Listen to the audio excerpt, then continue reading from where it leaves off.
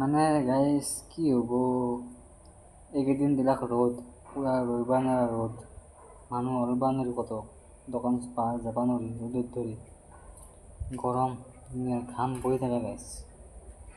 আজি মোটামুটি 10-15 দিন বৰষুণ দিলাক, বৰষুণ দিয়াত কি হ'ল 4 ঘণ্টা 5 ঘণ্টামান কাৰেণ্ট নাই।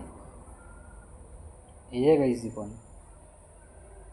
এতিয়া মহৰ কামাৰ খাই খাই মৰি আছোঁ ডিউটিত।